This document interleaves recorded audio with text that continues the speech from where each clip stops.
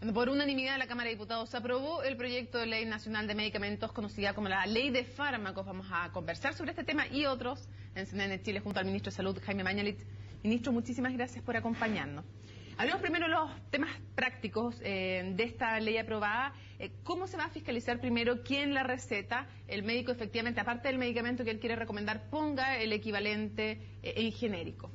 En primer lugar, esta es una obligación que aparece en la ley y que genera la posibilidad de intercambio. Vale decir que la persona informada del nombre genérico del medicamento pregunte en la farmacia cuáles son los medicamentos bioequivalentes para el medicamento que me ha recetado el profesional, cuál es su valor y por lo tanto pueda solicitar el cambio. Mire, no voy a llevar este que me recetaron de marca, sino que este otro que es genérico bioequivalente y que puede valer un quinto, un décimo, un veinteavo del medicamento prescrito. Los médicos adquieren la obligación a través de esta ley de consignar el nombre genérico y si no lo hacen, a través de los sumarios sanitarios que puede instruir la autoridad, el CEREMI, efectivamente ellos se arriesgan a multas que pueden ser crecientes al no cumplir con esta obligación. Pero ¿cómo se va a saber que ellos no cumplen? ¿Qué capacidad real va a haber de fiscalizar? Bueno, esta ley contempla recursos adicionales para fiscalización hoy día en manos de la autoridad sanitaria CEREMI. El día de mañana esperamos transferir eso por ley a la Agencia Nacional de Medicamentos para fiscalizar en las farmacias que efectivamente las recetas contengan esta indicación. ¿Qué pasa si un médico considera por razones de un tratamiento o de algún caso especial de un paciente que en ese caso específico tiene que optar por un remedio de determinada marca y no por el bioequivalente? ¿Puede hacerlo? O sea, puede decirle, mire, yo prefiero y lo aconsejo que usted use este medicamento, no obstante lo cual está obligado a anotar el nombre genérico, denominación común internacional, y si el Estado ha aprobado a través de ANAMED que efectivamente hay medicamentos bioequivalentes, independiente de la preferencia de marca, cualquiera sea el motivo por el cual cree el médico que es mejor el medicamento, la persona puede elegir libremente, bueno, ya es que el Estado me certifica que este medicamento es bioequivalente respecto a aquel que me prescribió el facultativo, voy a hacer uso de mi libertad y voy a ahorrar usando el medicamento genérico. ¿Cuántos medicamentos tienen ya bioequivalentes? 310 medicamentos, ¿ya? Al mes de marzo van a ser aproximadamente 350, de estos 310, más de 200 fueron certificados durante el año 2013. ¿De cuántos rangos? No, el universo total de medicamentos que nosotros debemos certificar es del orden de 1000, que son los medicamentos fundamentalmente de alto costo para enfermedades crónicas,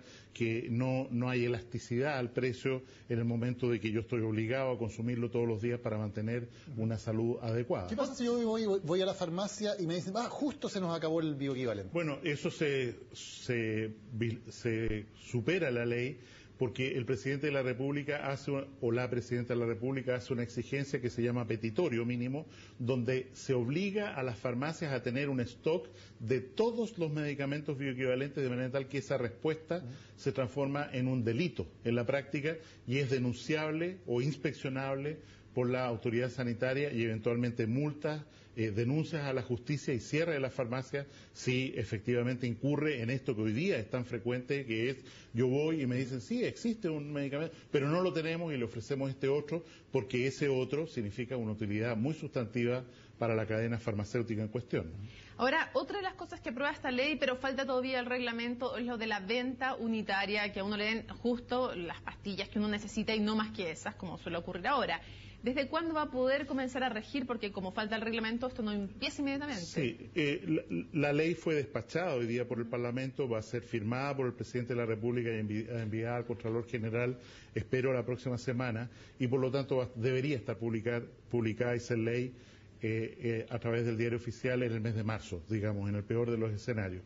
El reglamento que ya tenemos redactado para el fraccionamiento va a entrar en vigencia 6 meses después, o sea, a partir del mes de septiembre, y va a ser progresivo. Los primeros medicamentos que van a obligatoriamente ser entregados, deben ser entregados en forma fraccionada, son los medicamentos que tienen que ver con toda la esfera de salud mental, porque estos son medicamentos de mucho riesgo cuando quedan en manos de niños y qué sé yo, y los medicamentos que sirven para el control de la diabetes también, porque son medicamentos de extraordinario riesgo y queremos asegurar que no haya medicamentos dando vuelta. Ahora, pero uno, en lo práctico, uno se lo van a entregar en un, no sé, en un envase como genérico de la farmacia, con una rotulación, me imagino, con la fecha de vencimiento. ¿Cómo va a ser?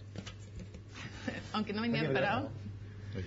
Okay. Aunque no venía preparado, la receta del facultativo va a decir, entréguense 6 unidades, 20, 30, 10, la que fueren. Esto se va a vaciar en un recipiente hermético, sellado, que no se puede abrir por niños, donde viene el producto identificado, el código de barra, cómo se debe usar, las precauciones, y por esto necesitamos un periodo de entrada en vigencia al menos de 6 meses para los primeros medicamentos que se deban entregar fraccionadamente en las farmacias. ¿Eso es solamente en los medicamentos que vienen con receta? ¿Es la obligación de entregar? Esto es solo para los medicamentos que requieren receta y de acuerdo al reglamento, insisto, va a ser progresivo. Lo primero, en 6 meses más, va a ser los medicamentos que he señalado. ¿Qué pasa con los medicamentos y cuáles son los medicamentos que va a ser obligatorio que las farmacias tengan a disposición del público en las góndolas y no necesariamente pasando por el mesón? A este respecto, lo que hace esta ley es que quita del ámbito del dependiente todos los medicamentos que no requieren receta médica o medicamentos OTC, over the counter, de la sigla inglesa. Estos medicamentos van a tener que estar en las góndolas de la farmacia con su precio, su caja, de manera tal que yo digo, para la jaqueca me sirve este medicamento, voy, lo saco y lo despacho sin lugar a cambios, especulación, intervención de terceros en el momento de elegir ese medicamento que yo creo es el más adecuado para mí. ¿Van a tener alguna responsabilidad en la farmacia? Ni siquiera sé si la tienen hoy, cuando uno va y pide en el mesón, respecto de que se adquiera un medicamento correcto. Si yo llego con un medicamento X que no es para lo que yo estoy buscando y compro esto, ¿tienen la obligación ellos de preguntarme? No, o no? Ni hoy día ni en el futuro. Hoy día tampoco tiene ninguna responsabilidad. Ninguna responsabilidad. O sea, si yo estimo que para tratar bien mi dolor de cabeza requiero tal medicamento que no requiere receta médica, yo voy hoy día y lo compro y nadie me tiene la obligación, ni el deber, ni el derecho de preguntarme para qué lo quiero. Y eso no cambia en la ley en el futuro. Pero ¿no cree usted que hay un poquito más de control, por lo menos si yo voy y digo, porque tal vez no sé, y pido, me duele la cabeza, ¿qué remedio me sirve? Y ellos me dan un remedio que si yo voy y lo saco una góndola. Bueno, el problema esencial que tenemos hoy día es que cuando usted hace eso, lo que le ocurre es que el dependiente de la farmacia le aparece en la pantalla, véndale tal medicamento porque este es el que produce la máxima renta para esta cadena, y le entrega un medicamento que a lo mejor ni siquiera es lo que usted necesita. Lo que hace este cambio es, yo voy, identifico el medicamento y yo lo elijo para que no haya susceptibilidad a un control de terceros. Me llama la atención algo que usted dijo, perdón. Usted decía, le venden el que tiene máxima renta para la farmacia y que a veces incluso no es lo que usted necesita. Usted me está diciendo que son capaces en la farmacia de venderme algo para otra dolencia.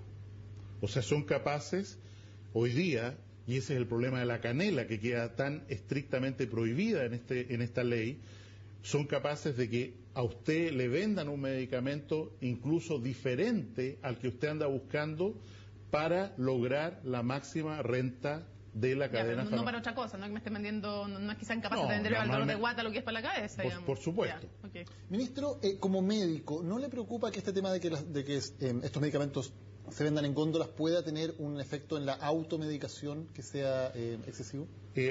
Hoy día, desgraciadamente, la automedicación es un problema bastante serio, en parte porque no existe el tema de las dosis unitarias, entonces se queda un medicamento a veces de mucho riesgo a disposición de que yo lo use de nuevo, de que yo lo recomiendo a un familiar o que ya, como hablamos, un niño lo use indebidamente.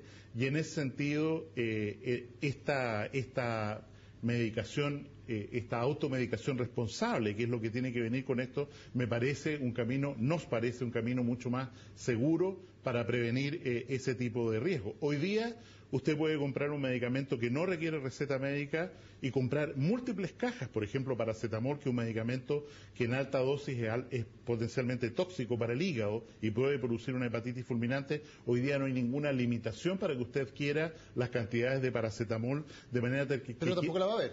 Tampoco la va a ver. Y en ese sentido, insisto, tenemos que combinar esto con una fuerte campaña de educación a la ciudadanía, porque, insisto, hoy día no existe ninguna limitación para este riesgo posible. ¿Cuánto van a bajar en promedio los precios de los medicamentos en Chile cuando esta ley esté en plena vigencia con los reglamentos publicados? Nosotros estimamos que el costo quiero recordar que el costo de bolsillo, el gasto de bolsillo en medicamentos es el más alto entre los países de la OECD. Y un medicamento hoy día vale en Chile, el mismo medicamento 3 veces lo que vale en Argentina, el mismo medicamento.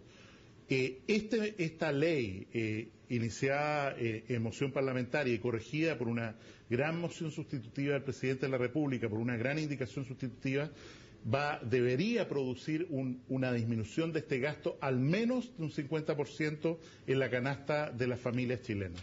¿Por qué no se aprobó la venta en góndolas pero en supermercados?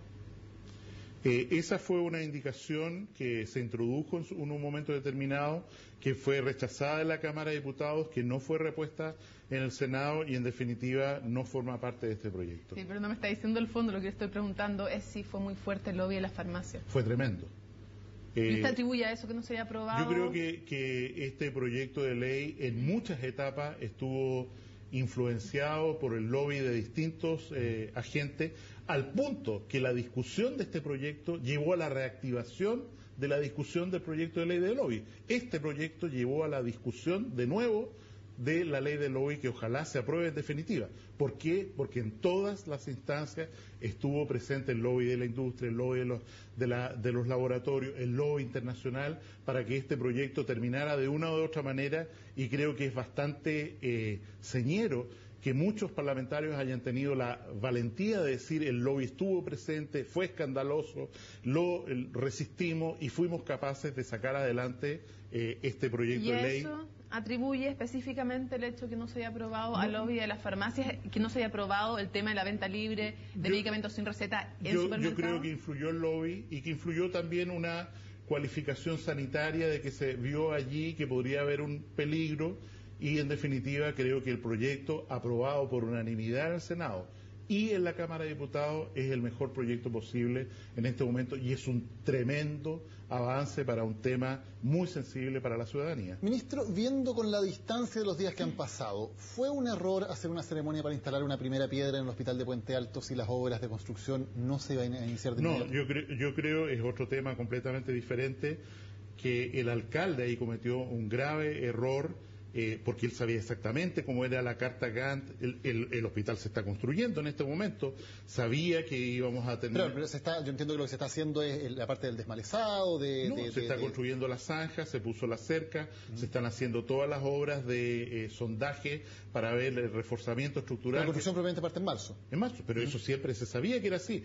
La primera piedra en este gobierno se hace... en otros gobiernos se hacía incluso antes, pero en este gobierno se hace en el momento en que se entrega el terreno para que la empresa tome control de la obra y empiece a construir el hospital, que es lo que está ocurriendo, por supuesto, en Antofagasta, en la Florida. El hecho de haber hecho la ceremonia y que luego en los días siguientes no solamente no estuviera la primera piedra ahí, sino que tampoco se viera construcción, ¿fue un error, fue una descoordinación? No, yo creo que es un desaguisado del alcalde, que por instrucciones del ahora senador Osandón actuó de una manera para desprestigiar al gobierno del presidente Piñera, y una vez más se demostró que eso es un fracaso, como muestra hoy día la encuesta de IMAG. ¿Buscando qué? ¿Qué es lo que busca, según usted, el electo senador Osandón? Yo creo que el electo senador Osandón busca bloquear cualquier posibilidad de que el presidente actual de la República pueda repostularse el año 2017, porque él tiene interés en postularse a la primera magistratura, pero creo que es una cosa que no tiene sentido. ¿Ve también de parte de Andrés Alamán la misma motivación para los ataques que ha hecho? Absolutamente obvio. O sea, dado que Osandón me está ganando la color en criticar al presidente de la República, tengo que salir con la tuya y dos más a criticar al presidente para neutralizar esa posibilidad, porque yo, Alamán, estoy interesado en presentarme a candidato a presidente de la República el año 2017. Ellos dos están en Renovación Nacional. ¿Usted piensa entrar a militar ese partido, no? Está postergada esa decisión por tiempo indefinido. ¿Usted acompañaría al presidente Piñera en un nuevo referente político, por ejemplo? Yo voy a acompañarlo en cualquier cosa que él me pida. Por supuesto que quisiera omitirme de cualquier posibilidad de ser ministro de nuevo en cualquier gobierno. Pero me refiero de aquí a los próximos 4 años, digamos, en el futuro político que va a armar el presidente Piñera, si armara un referente, ¿usted lo acompañaría en ese referente? 100% seguro. ¿Y usted se siente más cómodo con, por ejemplo, se sentiría más cómodo con un partido liberal propiamente de centro-derecha? Renovación liberal, como sea incluso denominado. Yo hice un compromiso con una persona determinada que es el actual presidente de la República. Ese compromiso, a diferencia de lo que creen otros exministros de este gobierno, no termina el 11 de marzo, ni termina en el momento que yo dejé de ser ministro. Ahora, dentro de las cosas que usted está evaluando para ver si entra o no a militar a Renovación Nacional, ¿le complica el hecho que dentro de su declaración de principios todavía esté el tema del apoyo al golpe? Yo creo que es una cosa que tiene que cambiar esencialmente. No puede haber una declaración de principios de esa naturaleza en un partido en el que yo quiera militar, y el mismo Andrés Alamán ha señalado que eso tiene que cambiar, y yo creo que va a cambiar. Si no cambia, ¿usted no va a entrar a militar ahí?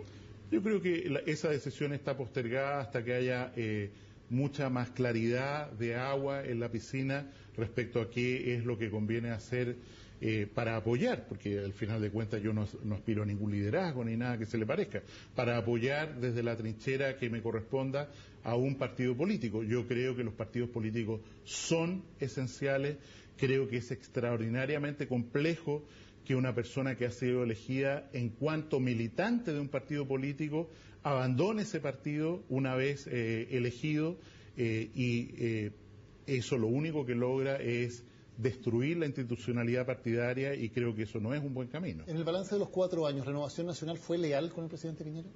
En el promedio no fue leal. No fue leal. No ¿El fue presidente leal. del partido, Carlos Larraín? No fue leal. ¿Y la UDI?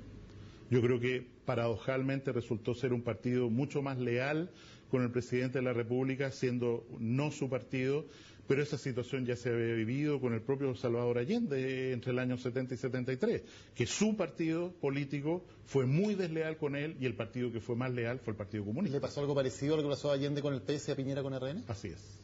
Ministro En mi Mañalich, opinión. gracias por haber estado con nosotros en CNN Chile.